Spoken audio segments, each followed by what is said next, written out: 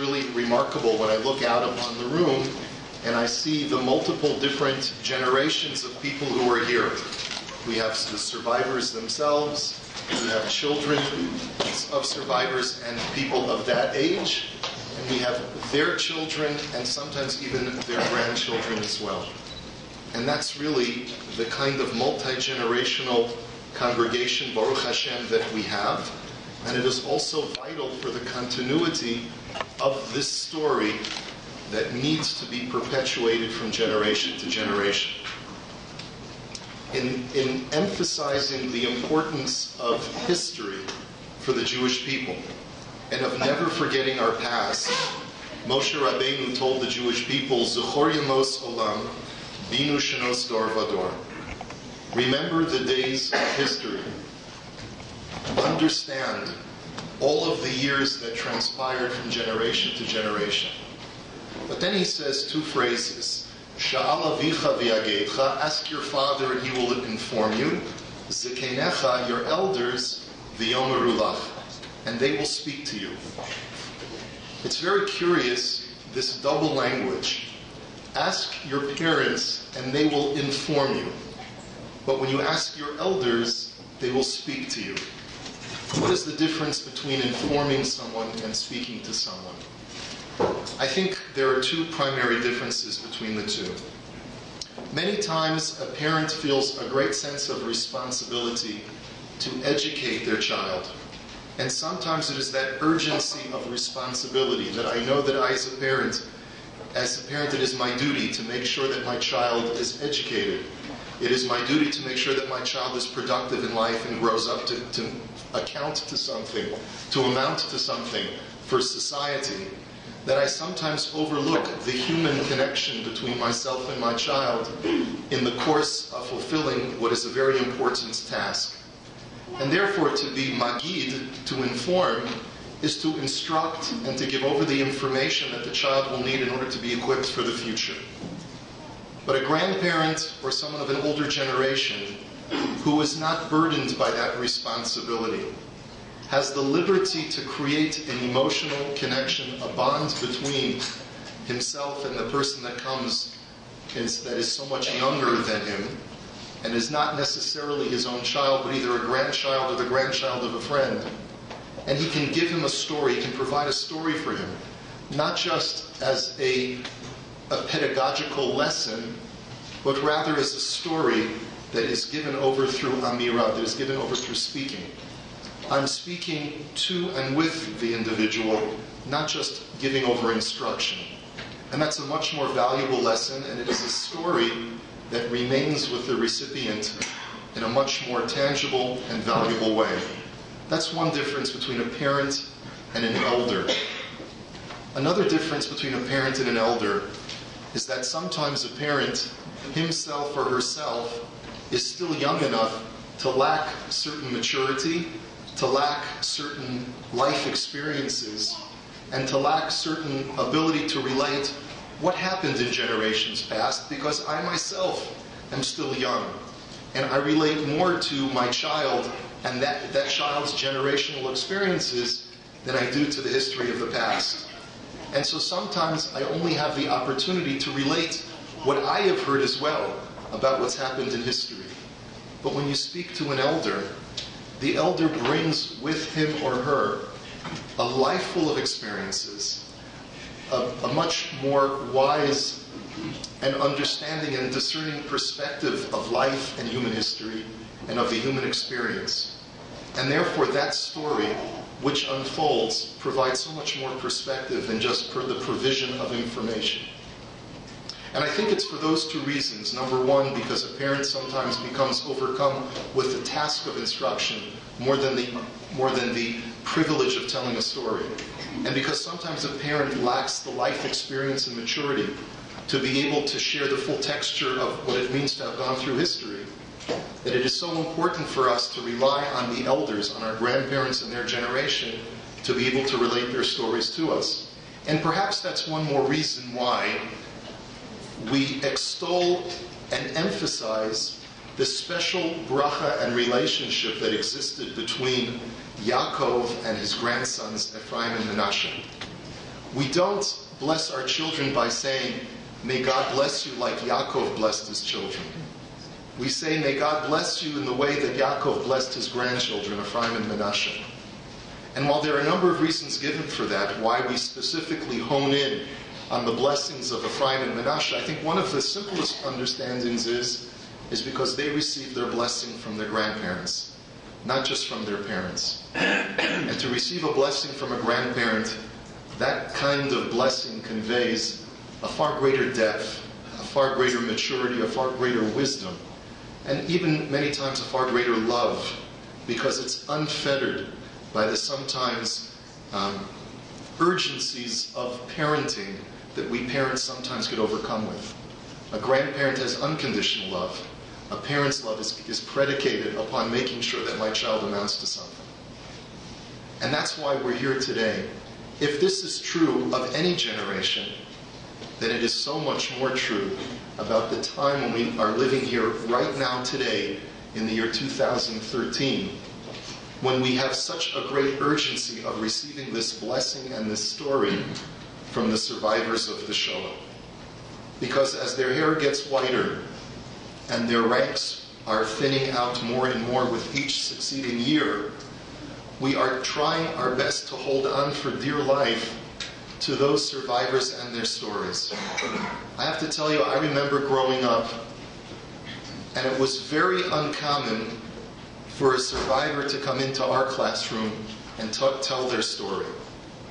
One of the reasons was because we were still very close to the experience. And because of that, educators didn't want to traumatize the children, and the survivors didn't want to share their stories. They weren't ready, and our teachers thought that we weren't ready to hear it. But with each succeeding year, there's a recognition that if we don't continue telling these stories, if we don't bring the survivors into the classrooms and into our synagogues to relate their stories, we will shortly be left with only second-hand accounts, and our first-hand accounters will no longer be available. We have in this room and in this generation the rare privilege of hearing from our survivors. Our children will not have that privilege. So let's take advantage of it as much as we can. We're going to be breaking up to each table has a person who's lived through the Shoah and has a unique story to tell. We're going to, as soon as I finish speaking, we're going to ask you to get very, very close to that person who's at your table who's going to be relating their story, and try your best to allow that person to speak, because we have a large group here and we're going to drown our voices out if we begin dialogues. So please get as close to the person as you can, allow that person to speak, and we ask those who are relating their stories to please speak as loudly as you can, and for everyone else at the table, try not to engage in too much talking so that people at the tables adjacent to you will be able to hear their speaker as well. Again, thank you all for coming, and let's begin. I was born in 1919, and who knows mathematics could figure out my age. When the war started in 1939, I was already 20 years old. So this is another clue that you could figure out. So I was a grown-up person of 20 years, and I was very active in my town, although I was still young. And I was reading papers when I was probably from 6 or 7 years old, so I was quite familiar with the life in Poland. And we could feel very uncomfortable in the country because the Poles were quite anti-Semitic inclined, and somebody asked me if I attend to university, so I said I'll answer this, that I did not attend because the Poles, the government, were very anti-Semitic, and they made all kind of problems for Jewish students to attend to university. So this is the answer. Where in Poland were you born? Yeah, I was born in a little town which is called Ruzhan. Now, if I would have a map, I would be able to show you. It's not far from Warsaw. It's called Central Poland. As a matter of fact, the area was quite a poor. There was not much industry in these surroundings, so the people were quite poor. My town consisted of 7,000 people, 3,000 Poles, and half of them, half was Jews, the same, more or less the same amount. And the Jews in the city were mostly artisans, like working like tailors, shoemakers, all those professions, which is not an industrial, which brings in a lot of wealth. It's used to make a living. So I want to tell you that 90% of the town, the Jews were quite poor. We were fighting to have food. I know it looks very funny when we talk now about food. This was the aim, that everybody should be able to make it through the week, and for Shabbat to have a little better meal. And this is, I won't go in detail, but this was my youth. We all worked. When we grew up, we were 6 children. When we grew up, we were able to work, so it became a little easier. Now, I wrote a book which is called Tricks of Fate. Over there you have all the detail, the life in Poland, the social environment, the way the government was trying to suppress the Jewish citizens. They kept us like second-class citizens. Okay, we read a paper and we saw what's going on in Germany. When Hitler came to power in 1933, and he prepared himself to conquer the world. He broke the treaty from the First World War, which finished in 1918, which is called the Versailles Tractat. Who knows a little history, you'll know what I'm saying.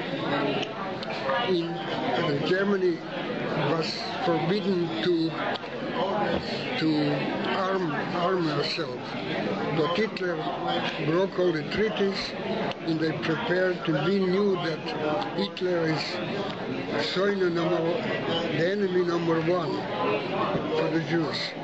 And that's what happened. In 1939, on Friday morning, the radio announced that Germany attacked Poland.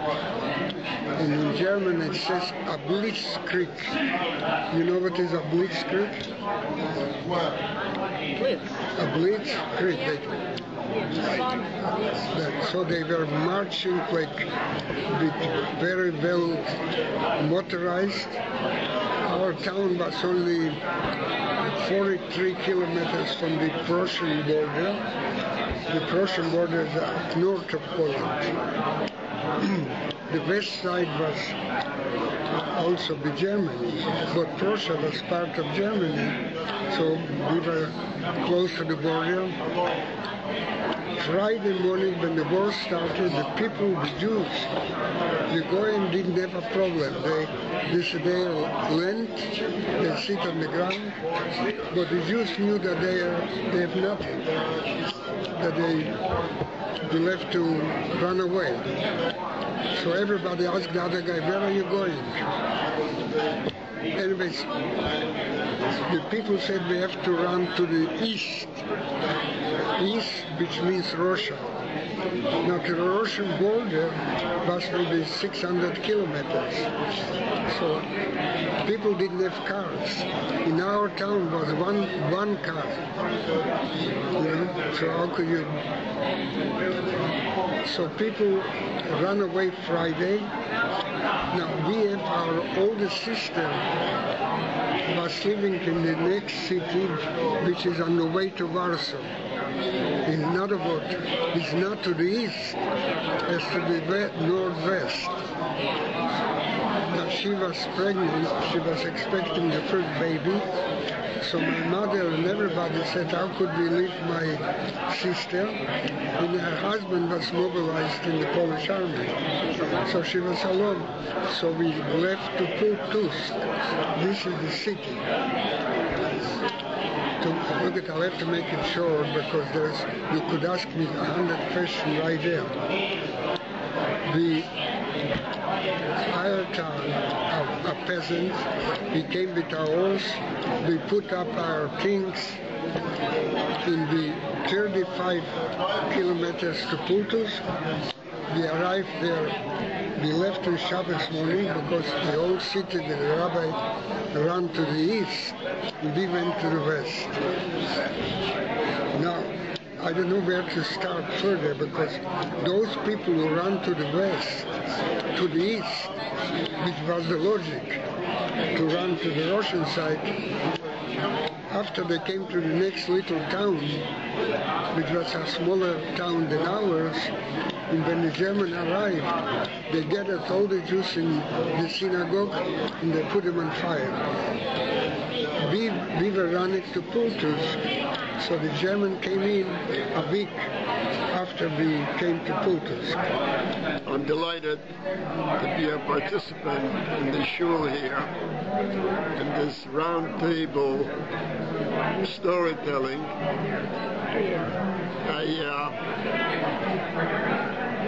I'm equally happy to have my wife here, my son, my grandchildren, my dear friends, your great-grandchild.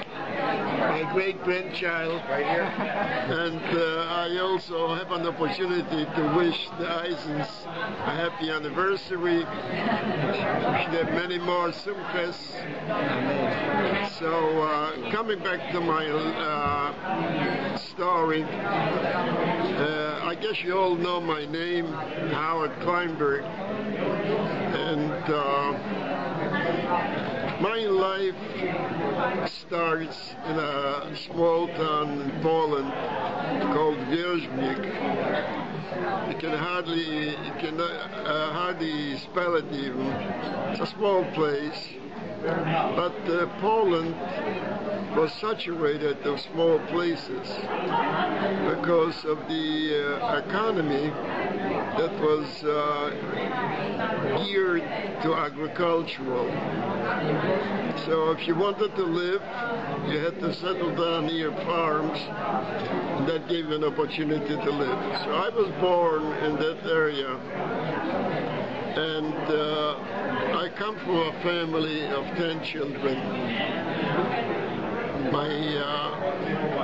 The family had a tragedy at the time I was born.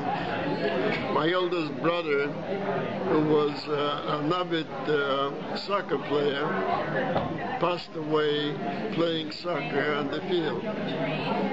Nowadays, athletes die on the field. You know the symptoms.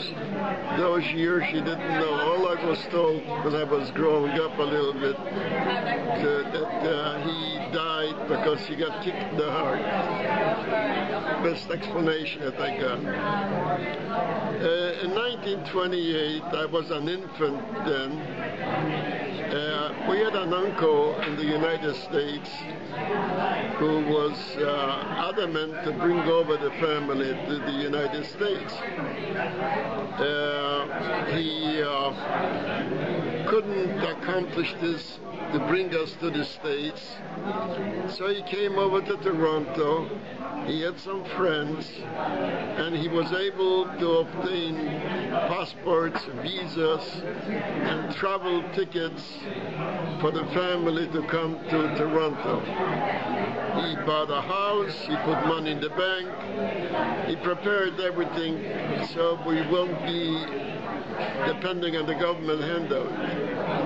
We got the orders to come to Warsaw, to go through immigration, to go to Canada.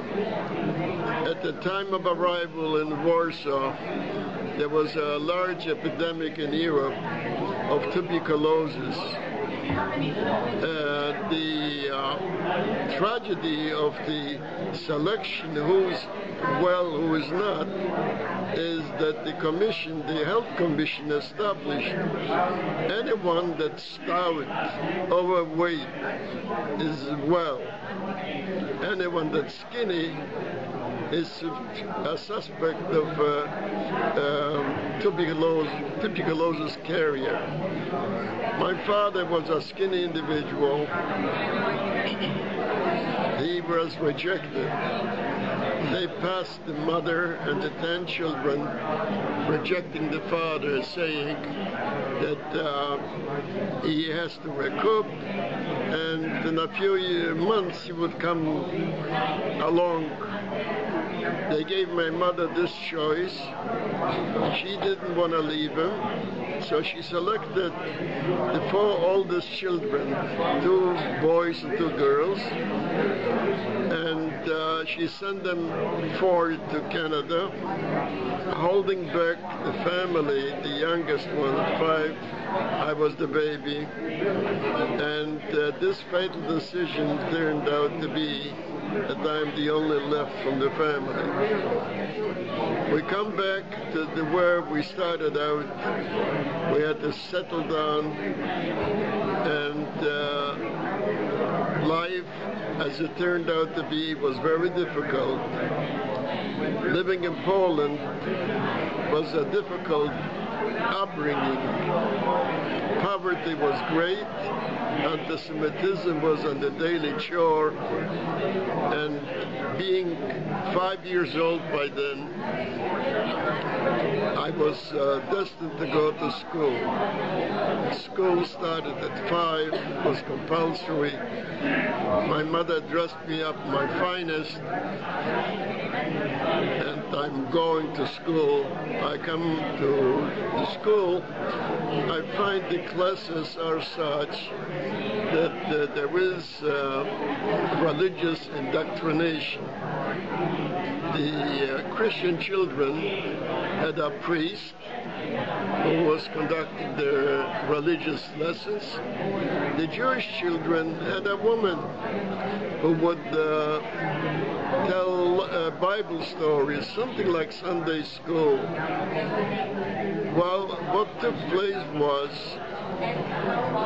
when the hour of religious teaching was over, you found yourself in the corridor, and suddenly, without any indication, you were jumped by the Christian children. I got a beating of no end. My clothes, the finest clothes, became bloodied, and this was my wake-up call.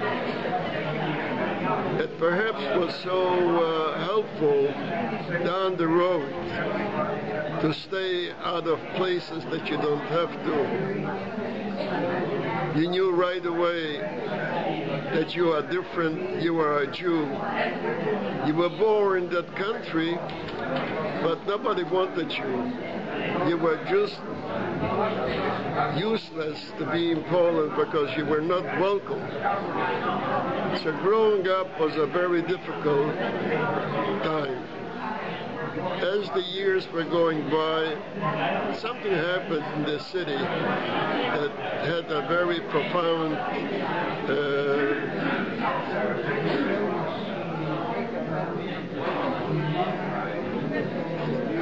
impact on us. I forgot the word.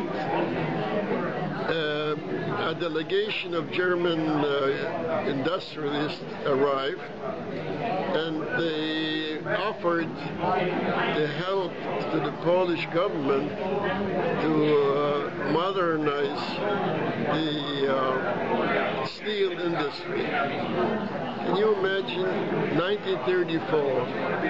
The Germans knew that the area we are in is the richest part of Poland in resources to produce steel, whatever it takes, ore, copper. And they started to build these factories.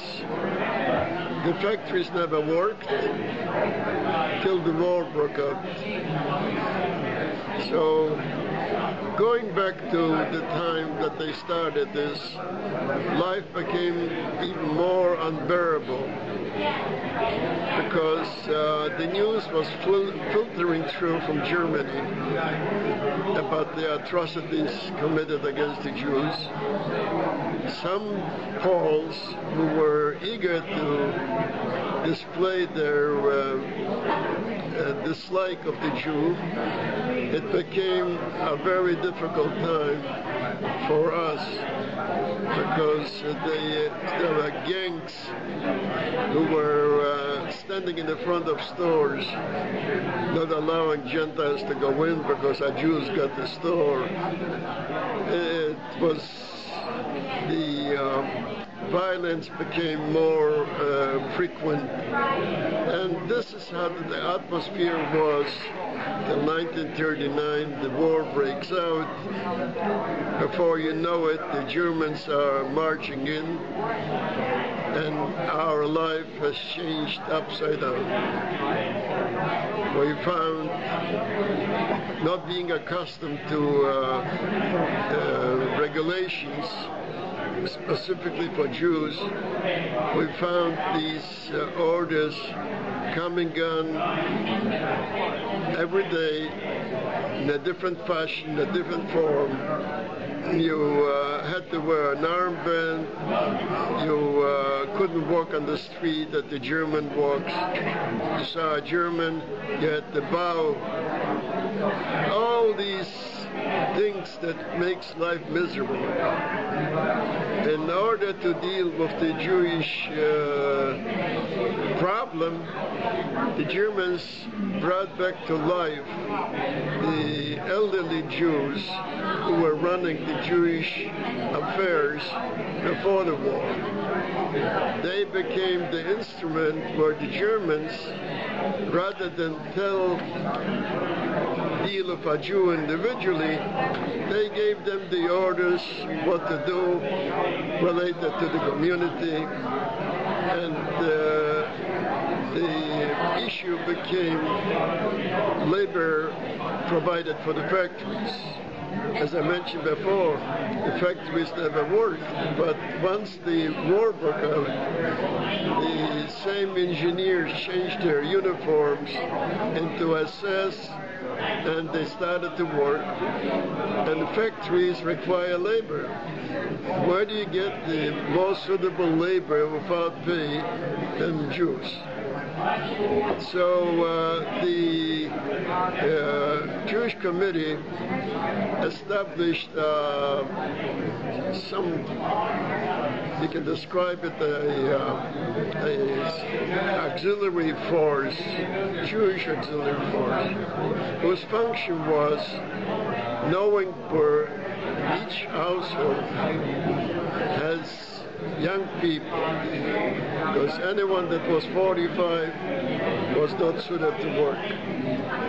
But families that had boys and girls in the 14, 15, and so up, these auxiliary individuals would knock on the door, bring a note, you got to come to an assembly place in order to line up and go to the factories. And this is how it was.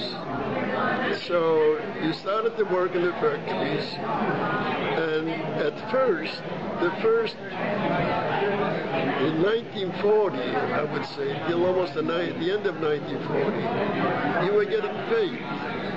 You had to live. There was no food provided. So by working the factory, you got coupons who you could redeem at the depot for stable food, for potatoes, onions, bread, nothing special. And that was the supplement that helped you live. I, being the youngest in the family and the only boy, I was the bread provider for the family. So for me, if I could find another job, I was looking for it in order to get the extra coupon. Well, 1940 goes by in this fashion. Things were grim, but you were somewhat satisfied that you are in the city that we are in, where the factories are. Because the end of 1940, you started to hear the word liquidation. The liquidation meant they would come into a city, a small city, a large city. They would usher the Jews into an assembly area. They would either take the whole community or part of the community into wagons. And the first time we started to hear the word Treblinka and Auschwitz, well, we sort of became living in an illusion. Everybody was saying, here they're not going to touch us because they need us for the factory. Well, things didn't work out this way.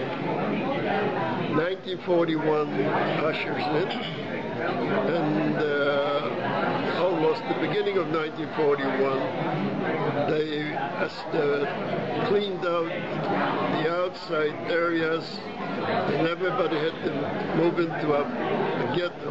They created a ghetto. The ghetto was the Poland cities. If you travel to Europe,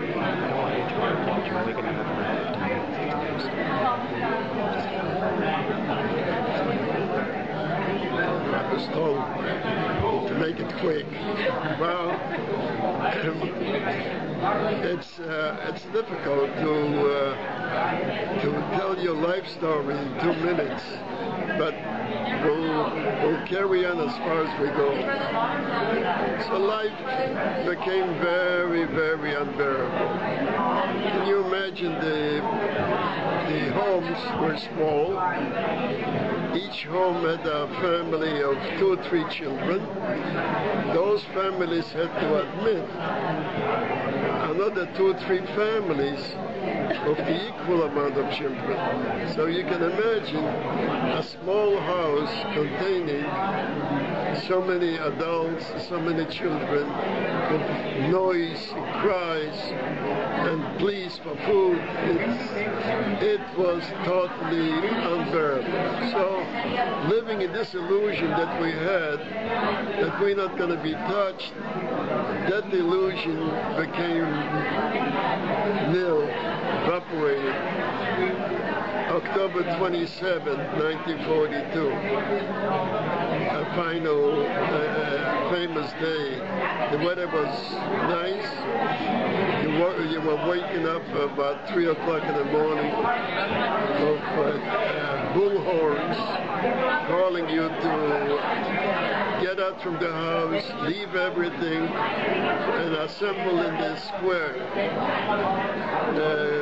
You got out from the house and you were confronted with scenes like seeing the Germans shooting people who didn't move quick enough, the sick, it was mayhem. It was a real. So you can imagine you became very transformed into fear. I'm traveling with my parents. Before I know it, I'm being grabbed by a German away one side, the parents and the sisters on the other side, and I had hardly a chance to say goodbye to them. And all I saw as they marched up to the train, that was the last of my parents. Ourselves, we were lined up in a column, and we were chased through the city to an area that we lived in the city. We didn't know that they built barracks to make labor camp. So we come to the barrack, and you go in and you have a look. There's no bunks. There was in the middle like a V-shaped platform of lumber, and you had to find a spot that this becomes your bed to lie down, to sleep, to go to work. In the morning, next day you line up. The Germans had a tendency of counting. Counting was a must. What was the purpose of counting? The orders were, if one Jew will run away, 20 at random will be shot and penalty. So everybody became sort of responsible for everybody else. We get up, you have a slice of bread, a bit of coffee, lukewarm water.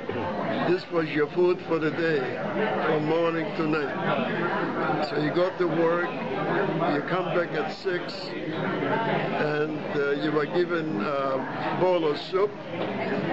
The soup was again lukewarm water, but this was your food.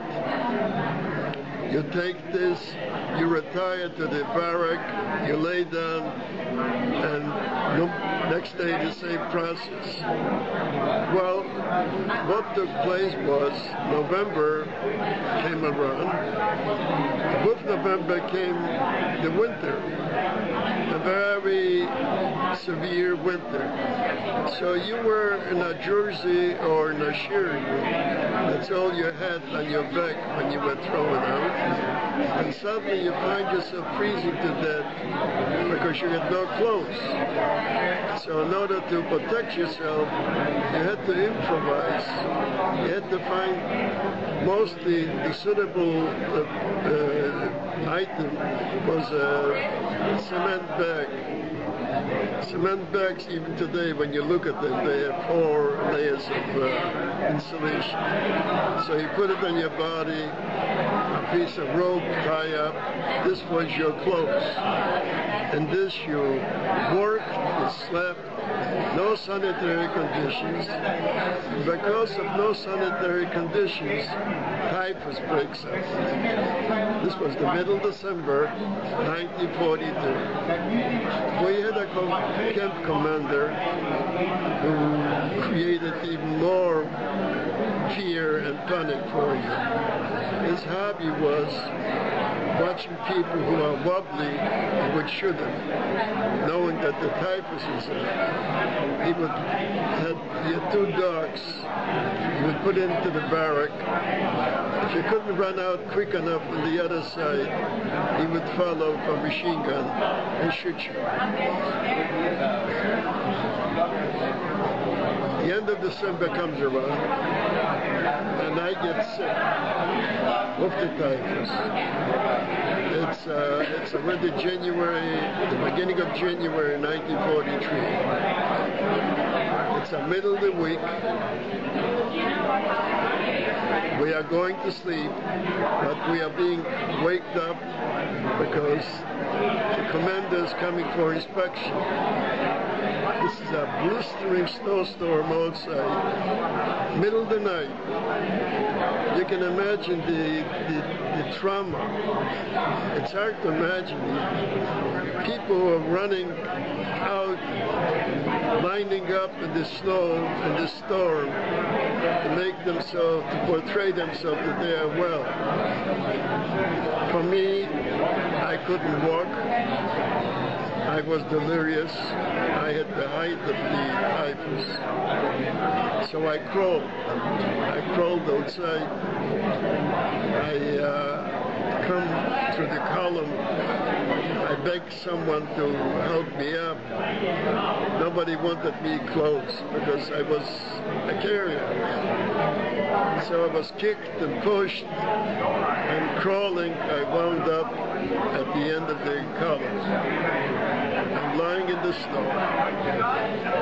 It was my first experience of what a miracle is. What a miracle is. Can you imagine? Comes down in the morning and my sickness was gone. Unbelievable. I couldn't believe it. The snow took away the fever. So I get up and suddenly there's a turmoil because the SS arrived. They removed the camp commander because they felt if he's going to be running around, there'll be nobody left to work. They closed up the camp for quarantine all in that morning. Clothes was brought in, better food was brought in, showers were introduced, and for 1 week, it was a week for me to get back on my feet. So I recoup, I'm functional, the days go by and the weeks go by, and it's the middle of 1943. And something happened that sort of steered up the whole camp. The Poles, the Polish workers, they apparently had the occasion to listen to some radios. The news that they heard was a place called Stalingrad in Russia that the Germans were a great defeat. So for us, this moment of listening, they were invincible. So maybe there was hope that we're going to be survived. And true enough, the days were going by and the weeks and the months, and you were hearing the Russians chasing the Germans out from Russia. They crossed, in 1944, they crossed into Poland. By July 1944, they were 200 miles from our place. So one day we go to work, we come to the factories are closed because the Germans were afraid the Russians are so close. They closed the factories.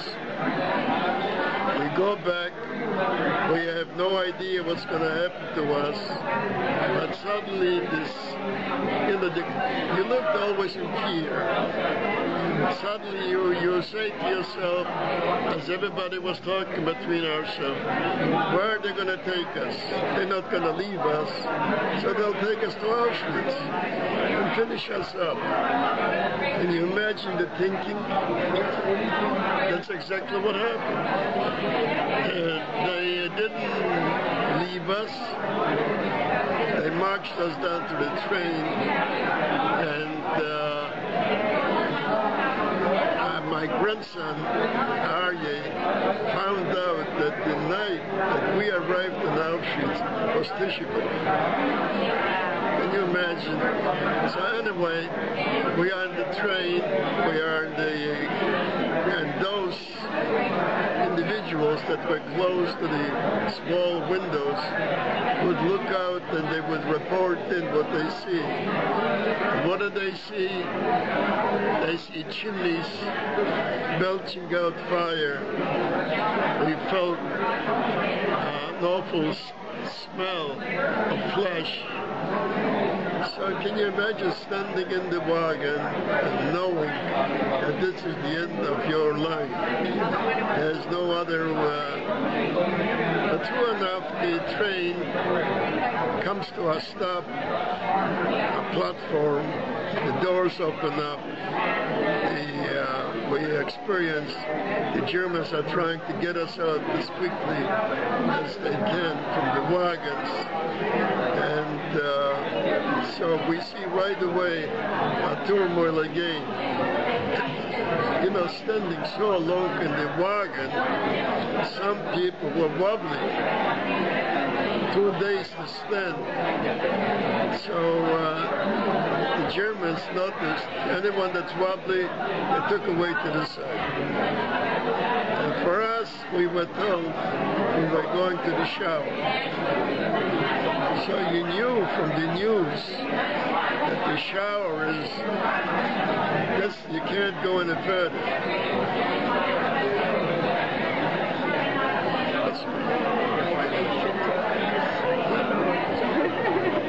Take a walk. So we are marching to the shower. We happen to pass by the crematorium. You see how bodies are being shoved in. And you say to yourself, you don't say to yourself anything. You are numb. Your mind is not working. You are not human anymore. So we come to the shower, and you can imagine standing in the shower, the screaming, the yelling, from fear. We knew that the guests are going to come out. So what happens? Water comes down. Again, the screaming, the yelling from joy for joy. They come out from the shower, they get us dressed, and they tell us, they take us to tattoo the number on the arm. So we go over to the station, and I have a look. The girl has got a dirty needle. She's got an ordinary needle. She dips it in ink and makes the thing. If I ever felt pain, that was it. I thought I'm going to die. Anyway, we are marched up to our barrack, and next day, a delegation of Germans arrives, and they have a list, requirements of people, shoemakers, tailors, all these other individuals. I wasn't a shoemaker, so I couldn't volunteer. They took me to a place not far from Auschwitz, a place called Katowice. There was a munition factory, and I was assigned to someone as being a helper. That was almost the end of August that we are talking about. And I'm working there, it's December, and we hear that the Russians are very close to the city. So rather than leave us, they pack us into trains, but we can't travel to Germany no more because the lines are cut. So they're taking us out south. Pardon me, I got to get a drink. We are rushing. They're gonna start the program. Okay.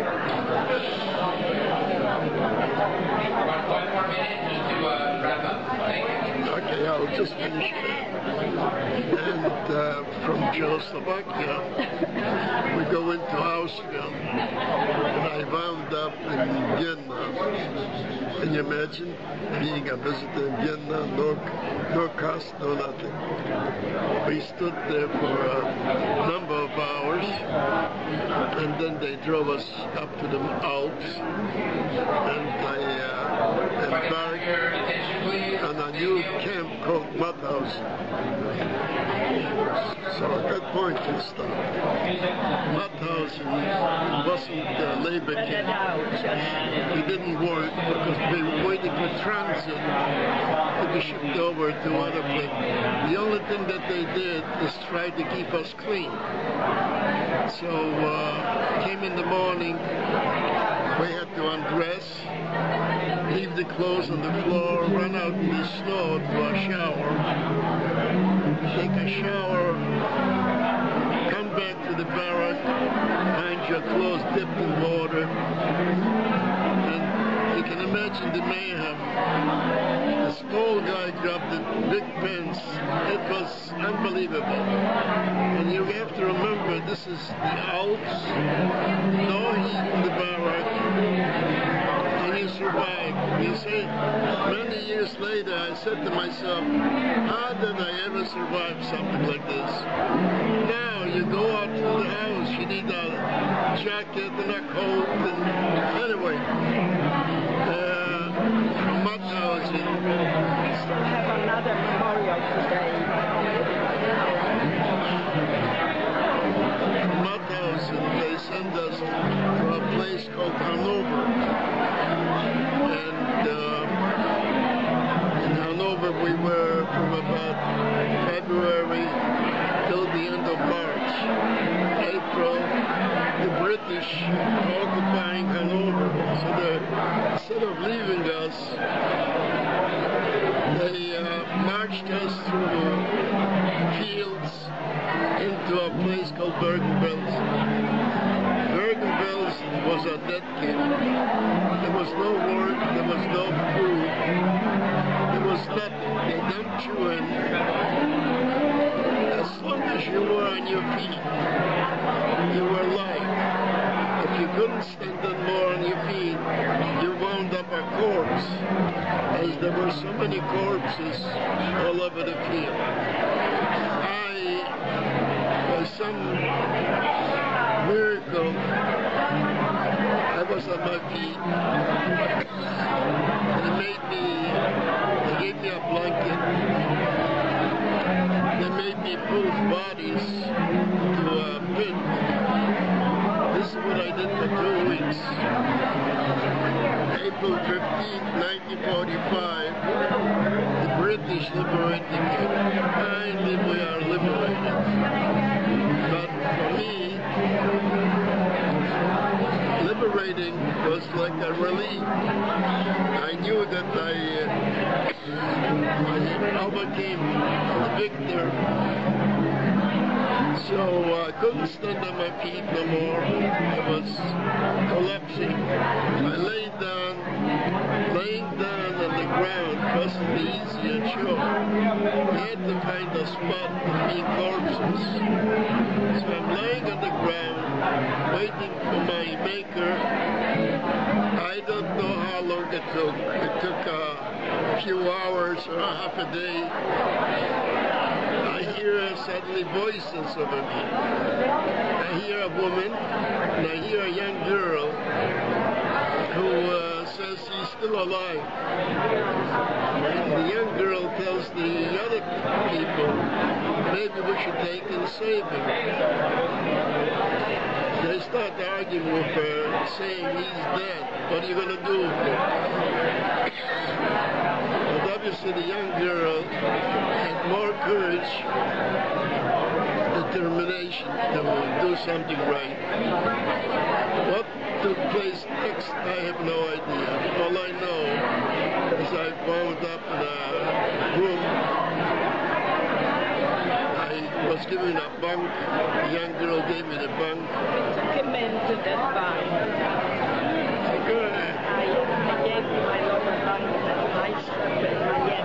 Speak loudly so they can... And you were the young girl? She was the young girl. And you were sisters for the others. And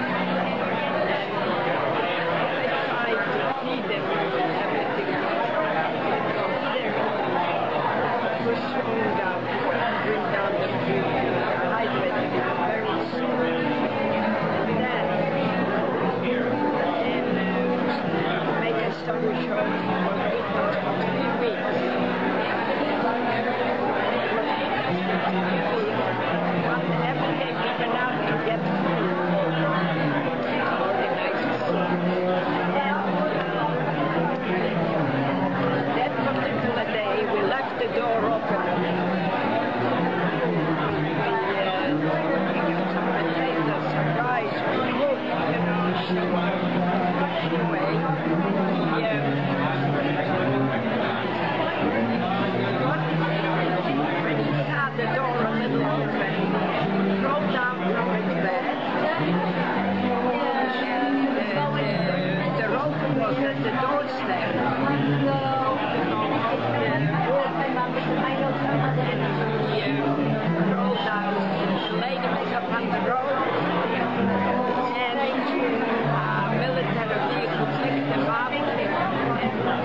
took him to a military hospital.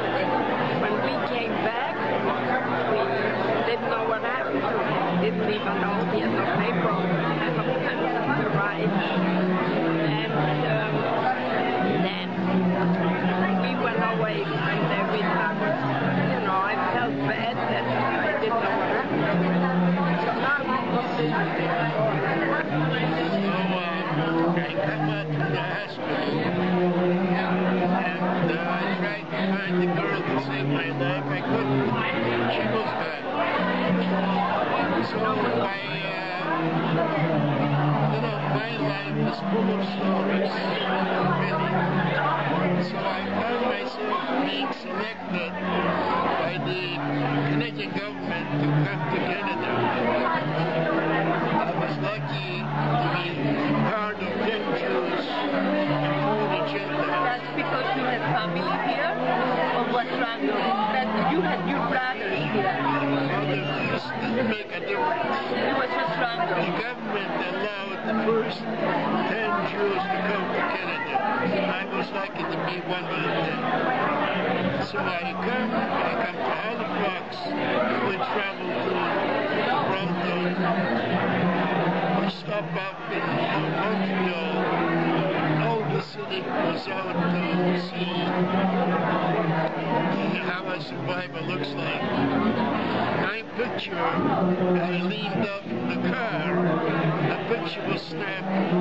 It's now in the archives in Toronto as their first arrival to Canada. So I come to Toronto, the whole city was up, again, seeing how a survivor looks like. I meet my brothers and sisters that I never knew. Can you imagine being told this is a brother, this is a sister? It's unbelievable. But this is how it was. Anyway, life settled down. I'm a month in Toronto, and I hear that the girl that saved my life has arrived. So at that point, I felt that I should behave like a gentleman. I went and bought flowers. You knew her name? You knew her name at the time? Sure. Listen to me in 3 weeks. You got to know. But anyway, I bought flowers. I go to the house that she lived in. I knock on the door. This beautiful young blonde girl opens up. And she says, oh, I said, you remember me? She says, oh, gee. But how long can you say thank you? You say once. I didn't have many words to say. So I just thanked her, and life became a normality. I had to find a job. 3 years later, I was making money. I proposed. I was lucky enough he accepted me. We are married now 63 years. We got 4 children, 11 grandchildren. This is all because of her. Share. That's it.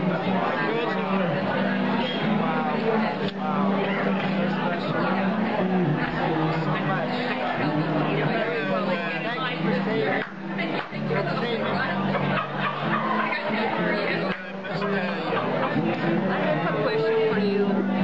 Throughout those years, or the time when you were in the ghetto and the concentration camp, what kept you with the energy or the desire to continue living? What kept you with the desire to continue living under those circumstances? Why not just give up? What a very good question. Take me a little longer to give you the answer. If you have patience, I'll do it. What was the question? You know. What kept him with the desire to continue living? Why not give up? When we survive, Japan, nobody wants you. No country wanted you. So you didn't have many choices. There was no choices. to make a decision about your life. Some survive bearing the guilt and not wanting to give up blaming someone. People live in blame. They blame God, they blame the Jews, they blame the Germans. This is the kind of atmosphere it was to some. But then you want to let go of this. I was fortunate enough to give up this. I felt life is very important to me. And I choose life. It's hard to describe how you do it. You don't do it by being told. Somehow it's in your body. And I'm so delighted. My nature is living. I live it every moment of the day. And I'm so grateful. The holy Jews, who are sitting with us this morning, teach us a tremendous lesson. A lesson to remind us that every breath that they take, we should not take for granted. And every breath that we take, we should not take for granted. We shouldn't take our family for granted. And we should not take our Judaism for granted. They enlighten us with their stories and inspire us with their daily life. Thank you so much.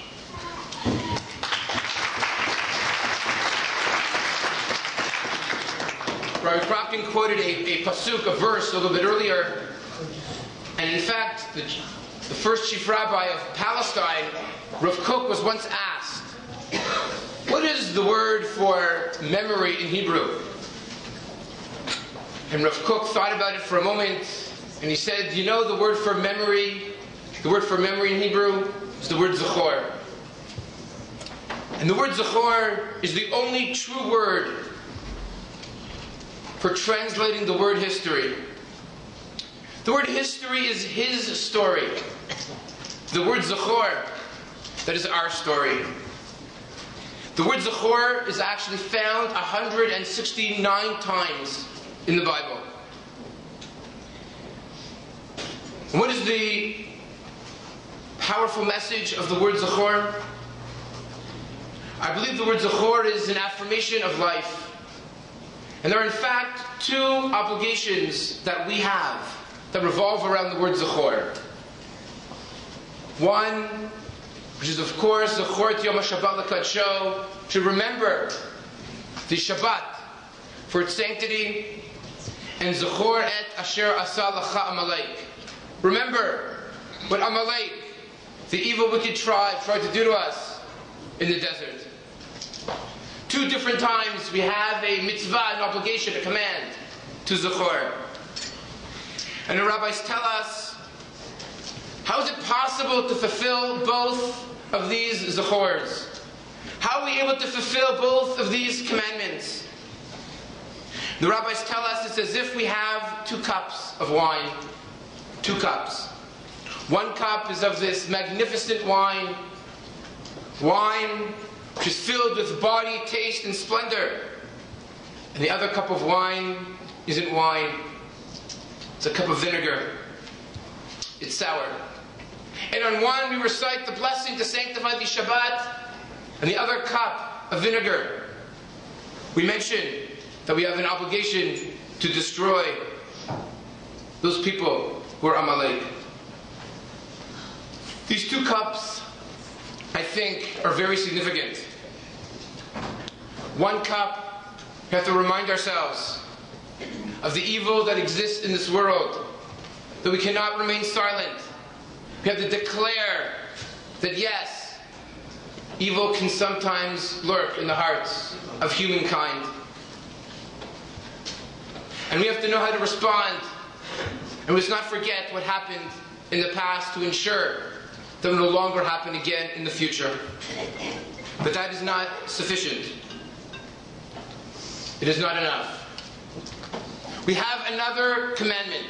And this commandment is Zechor et Yom HaShabbat L'Kadsho, to sanctify the Shabbat. Because if all we are is to ensure that we don't want to give Hitler a posthumous victory, that is not what Judaism is all about. While it is true we have to make this declaration of evil, it is also very true that we must declare the beauty and the sanctity of life and Shabbat and our families and our future. It is the blessing over Shabbat, perhaps, that provides us with catharsis, that gives us an ability to continue to move on, to recognize that there is still holiness in this world, that there's a Creator and there's an Almighty and there's a purpose of why we are getting together here today and why we must ensure that we continue to tomorrow. That is the sanctity of Shabbat. For we can never allow anti-Semitism to define us of who we are as a people, but rather ensure we are proud and privileged to be part of Am Yisrael, of the Jewish people. Part of what we do on campus is try to instill these two messages into the young men and to young women, to give them a positive identity, the identity of Zechor et Yom HaShabbat L'Kadsho, to take positive messages of the beauty of this wonderful and powerful heritage and religion, and to create communities and to teach the rest of the Jewish world and the entire world that life is sacred, that life has purpose, and that life has meaning. These are the powerful messages that we hopefully wish to ensure will continue and are inspired by those Kedoshim, the holy ones who gathered with us and are teaching us and are guiding us every day, that what we have them in our midst is so precious and so powerful. And so thank you to all of you who came out here this morning, and may we one day drink the cup, the ultimate kos of salvation, of redemption. We can all truly celebrate with all of our families for many, many, many more years for happy occasions.